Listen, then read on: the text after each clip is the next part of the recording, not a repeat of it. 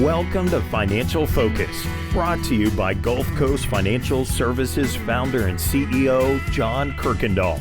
John and his team of financial, legal, and tax professionals have provided North Florida savers and investors sound, comprehensive financial guidance for over 25 years, helping you to achieve important life and planning goals. Be sure to like, subscribe, share, and tune in for more Financial Focus by visiting GulfCoastFinancial.net. Welcome into the program. This is Financial Focus, brought to you by the best of the best in financial services, 7 years and running now, as voted on by the readers of the Lake City Reporter.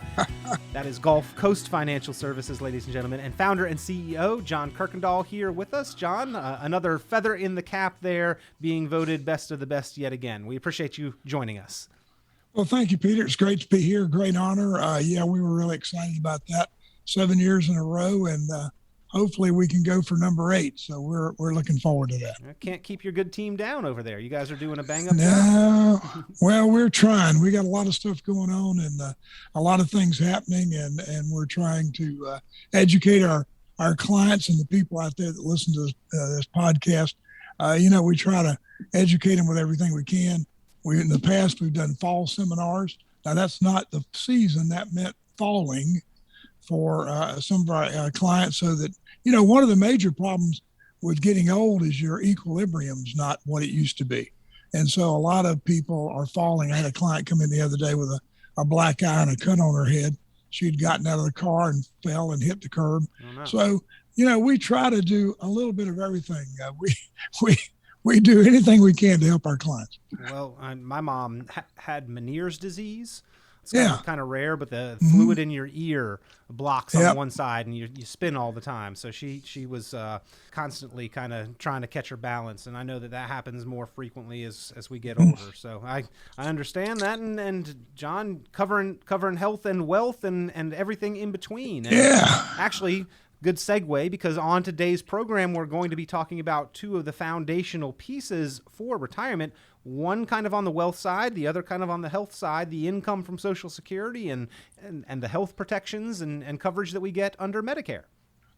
Well, that's right, Peter. And, as I was growing older, I couldn't wait to get on Medicare, couldn't wait to get on Social Security, because, I thought Medicare was free and wasn't going to charge anything. And, I thought that Social Security, I'd paid into it, so I didn't know how they could tax me for it, because it wasn't anything that I had earned. I thought by my payments, they gave me this annuity. And you find out in retirement, it's not all that easy.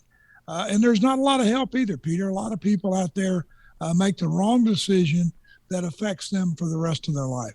Yeah, we all probably have some of those decisions that we made, and it affects us and impacts us. Some good, asking your spouse out on that first date, a good decision that sticks with you. That's a good decision. But maybe some ones with not so great consequences, and we don't want Social Security to be one of those. We want that to be a decision that we make and say, hey, I did a good job with that one, and that's why, John, we really needed to do a lot of work ahead of time in getting the education that is not provided by the folks at the Social Security Administration office. No slight on them. It's just not their job or their liability. Well, that's right. They don't want the liability, and they're not going to help you. I mean, they're very helpful, very supportive. We dealt with one the other day, signing up a client for Medicare, for Social Security, and the person was great. But the problem is they're not going to make a recommendation to you on when you should apply for Social Security. And that's something that you have to do. And there's so many loopholes and so many, ways to make a mistake in this thing, that what you really need to do is sit down. And what we like to do is prepare a report that shows, if I filed at 62, if I filed at full retirement age, or if I filed at 70, and then where my crossover is and how much money am I giving up if I file at different points. But the main thing is there are some penalties if you file too early. And as you know that, a lot of people don't realize that I can be full retirement age, draw my Social Security, and still get penalized that year for making too much money. Mm-hmm. You mentioned taxes. You mentioned penalties.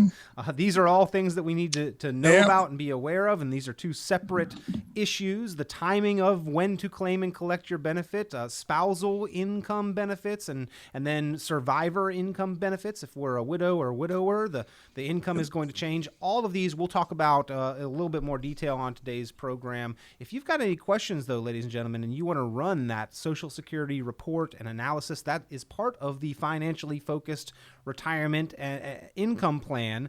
They're offered by John Kuykendall and his team at Gulf Coast Financial Services, and you can get that, just the Social Security report and analysis, or the full-blown financially focused retirement income plan by calling 386-755-9018, 386-755-9018, 386-755-9018, or visit online, gulfcoastfinancial.net, gulfcoastfinancial.net. I read a statistic, though, John, that's about 40% of the American retired population live off of Social Security income alone. That tells me kind of one of two things. Either we are doing a good job of living below our means and using Social Security to protect our personal savings and assets, or that we have not done a good enough job of saving personal assets. And I think that it's probably the latter, unfortunately. Yeah. But we do need to use Social Security as a tool to protect those personal assets and incorporate it with our full plan. It's not alone on an island. It's not in a vacuum. It's got to be thought of with the rest of the context of our financial situation. Well, that's right, Peter. I mean, Social Security, the fact that 40% of the Americans are living on Social Security is really a scary fact, because Social Security checks aren't really that large compared to what it costs today to live in retirement. And so those people are definitely living below the level of life that they lived when they were working. And a lot of those people, they can't work, and that's why their only income coming in is Social Security. And so Social Security was not meant to be the total retirement package. It was only meant to supplement and keep us out of poverty, but we're responsible for our own savings. And unfortunately, people procrastinate, and we don't get into that income plan, that retirement plan soon enough, and we don't really know what we need for retirement. It's a shame that that's what the situation. We really don't save enough. We're kind of a I want it, I need it society, and I'm going to have it today instead of waiting for tomorrow. Brent and I were talking about that this morning in the kitchen when we were having our cup of coffee. Is that we're going to look back one day and we're going to say, okay, who did it right? The guy that had everything he ever wanted and had no retirement, or the guy that saved and had a great retirement. But when we get to the pearly gates, we need to talk to each other and see who had the best deal. Whichever side that we are on, though, whether we have not saved a whole lot for ourselves for a nest egg, or we're trying to use Social Security as an effective tool, we want to make a good decision with it. And we want to make the most out of what we are entitled to. I've heard people say they have a problem with the word entitlement. I do not. I am entitled to that benefit. I've been paying into it since I was 14. So I don't have a problem with that word at all. But we want to use it effectively. And so you run the report and analysis. And John, let's talk about some of the factors that go into making a well thought through and informed decision on Social Security. And probably at the highest level, it's the timing of when we choose to claim and collect. 62, full retirement age, wait till 70. A lot of schools of thought on this. Is there a right answer to this, or is this on an individual level every time? Well, I think it's on an individual level. We have a lot of cases where the husband's full retirement age and the wife is 62 or 63, and we may go ahead and file on her and postpone the husband because we know she's going to get the husband's benefit when he passes away. We got to remember that, Social Security is in trouble. There's going to come a time when we're only going to be able to pay, unless the government changes something, 72 cents on the dollar. So we've got a ways to go. You got to be ready for that. So maybe it's better to hold off and get a bigger check. And certainly if I file at 62 and take a 25% haircut, and then I take a 22% haircut on that, or 23, I'm getting half of my money. Yeah, because the government might cut it, and then we've cut ourselves short and chopped off our own benefit by collecting earlier. Plus, then the potential penalty if you are working and earning an income at the same time. And that's the problem I have with that one school of thought that says run out and get it as soon as you can. The day you turn 62, go claim and collect.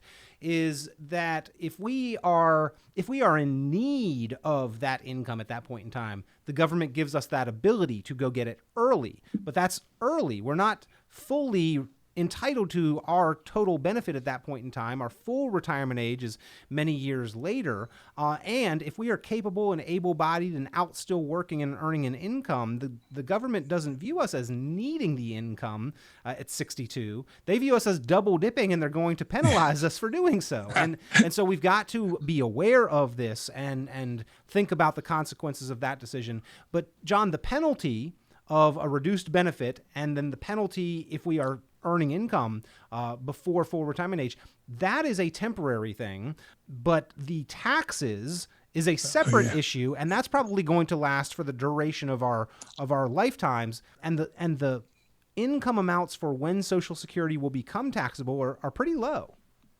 Well, they really are. It's amazing to me that a married couple filing jointly, if you're making over $32,000 a year, then up to 50% of your benefit can be taxable. And if you're making over $44,000, then you bump up into 85% of your Social Security is taxable. Now, we're not saying that you're going to pay 50% and 85% of that in taxes. What we're saying is that's going to be included in the calculation for how much taxes you're going to owe that year. And it's big haircut. Yeah. Well, if you've got to include 50% or 85% of your Social Security in the equation for how much tax you're going to pay, that's going to be probably significantly more taxes, which means ultimately it's less that you get to receive and net from social. Now we've got to pull more out of our retirement accounts if we have not accounted for that. That's right. And if you're working, it's even compounded because, there's no reason if you're working and you didn't need the money, then why take it?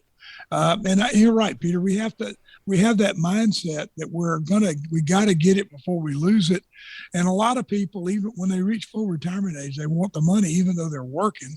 I had one client who was making over $150,000 a year and just had to draw Social Security at age 66 because he was full retirement age. I couldn't convince him to wait till 70. Well, we've got to think about the long-term impacts. And John, unfortunately, I think that maybe it's just human nature, but we tend to be short-sighted with our decisions about money. Sometimes it's hard to make the paycheck last through the end of the pay cycle or through the end of the month. With Social Security, the decisions that we're making at 62 or full retirement age or 70 years old, those might not have their ultimate consequences until we're 82 or 90 years old, or even after our own lifetime. And in fact, with a married couple, these decisions do have survivorship implications, and we've got to think about that not after our spouse has passed away. We've got to be aware of this as we are making the decision on when to start these benefits. Well, that's right, because what a lot of people don't realize is when one spouse dies, we're not going to get two checks. There's only one check coming in, and you take the largest check. So the surviving spouse, their income is going to be all 40 to 50% of what they were receiving. That's a large amount of money in today's time with inflation, what it's being. And, inflation at 3.8%, which is historical, but even at 3% every 24 years, and we're going to live that long in retirement, I'm going to need twice as much income at the end as I needed in the beginning just to survive. Well, again, if you want to make a well-thought-through, informed decision with your Social Security, if you want to try to maximize this important tool for retirement planning, for income, for protection of your personal assets, and, of course, your standard of living, pick up the phone, give a call. The difference in a well-thought-through and informed decision versus just a quick decision can literally mean the difference in several hundreds of thousands of dollars over the course of our lifetimes. That's either money that you do get from Social Security, or that you have to pull from your personal assets, or that just isn't there. And I know that I would rather be on one side of that than the other. It's certainly worth the investment of 30 to 45 minutes to run through the information, to crunch the numbers, and to find your strategy with that Social Security report and analysis. Pick up the phone, give a call, 386-755-9018, 386-755-9018. John, on the other side of retirement is the healthcare question. And we've got this other system, Medicare, which a lot of people have some false assumptions or perceptions that it's a solve-all and it covers everything and there's no cost, which is far from the truth. In fact, the list of what it does not cover may be more extensive than what it does. Well, Peter, I got to admit that Medicare is a great program. I'm being on it now for some time. It's been great. But the problem is that when I was younger, I thought that Medicare was free. And you're still going to have health care costs in retirement that you've got to account for. Just the Medicare supplement premiums, the Part B premiums. And, a lot of people, when we get age 65, the government automatically signs us up for Part A. Now, you don't have to take Part B if you're on a qualified company plan. And a qualified company plan is 50 employees or more, or one that the government has accepted. So if you don't need the plan, don't sign up for Part B because you're just throwing money away. It's not going to help you. They're going to go to your primary insurance anyway with your employer. But Part B is indexed for income. So the more money you make, the more you pay. And while the normal individual is paying 100, and I think it's 147, something like that, 50 this year, you can pay up to $400 or $500 per month for Part B based upon how much money you make. There's essentially some means testing in there. Yes, and the government knows it, man. Let me tell you, they will catch you. I just got my notice about a month ago, and my Part B is going up next year. I'll be at almost $240 a month for just Part B. And on top of that, I still got my supplement and I still have to have my drug card. So but there are a lot of decisions you have to make. Well, 6 months before you turn 65, you can sign up. 6 months before, 6 months after, you can sign up for one of the government approved subsidies. All the subsidies are the same. Every insurance company offers the same plan, has the same benefits, except for what they call the Medicare Advantage plans. And those are totally different. You need to get a lot of help if you're thinking about signing up for one of those. But during that 6 month window, no matter what your insurability, no matter how bad your health is, Medicare will take you and any supplement has to take you. So it's really important that you make the right decision the first time, because after that, it's subject to insurability. So if I'm in a plan next year during open enrollment, which starts in October through December 7th, then I'm subject to insurability. I can't just switch plans because I want to. So Medicare has some penalties and some caveats that you need to know about. That's why we're here. We help our clients with that. We go through Medicare with them. We'll actually help them get signed up. We'll help them get the right plan, and we'll explain all the differences and then get the plan that's right for them. John, fair to say that most of your clients, most folks who would be tuned in listening to a program or viewing a podcast like this are probably going to want or need more than just the basic traditional Medicare Part A and Part B plans? Oh, yeah, you got to have the supplement. I mean, what that covers, the Part A covers the doctor, Part B covers the hospital. And, the thing is there are a lot of copays and a lot of deductibles. Now, long-term care, ACLF, assisted living facilities aren't covered by Medicare. And a lot of people don't realize that, but, you need to go into an ACLF. You're not assisted living. You're not going to get Medicare to pay for that. So, but it will cover a lot of other things. But, what we want to do, really, my mission here is to help people understand Social Security and Medicare so that they don't make the same mistakes I made, because we didn't have the education or the tools when I made my decisions. Well, I know that at the very least, those prescription drugs can be pretty expensive. Oof. That Part D or some other combination of Advantage plan is going to be pretty advantageous in most situations and cases. But John, you're there now, have experienced it, have guided many through the process since that time, have learned from the experience and know the ins and outs, the benefits, the disadvantages, the aspects of both the Social Security and the Medicare systems, and can help people make more informed decisions with those for their situation. Yes, we can, Peter. I've got the people here. They're experts at it. We really know how to work the system. And one of the things that people have to understand out there, that based upon the drugs or prescriptions that you're on, the different drug plans pay different rates for different prescriptions. So what we'll do is go through all of your prescriptions and then find the best drug plan or prescription plan. I hate to say drug plan, so you can just say prescription plan. Yeah. That's available. Not taking the wrong way there. Yeah, we're not taking the wrong way. Pharmacy, doctor-prescribed drugs here, of course. Yeah, well, John, before the program, and sort of to give me some groundwork, you sent over these guides from the government. Very helpful, very thorough and extensive. Medicare and You 2021, and then Your Medicare Benefits.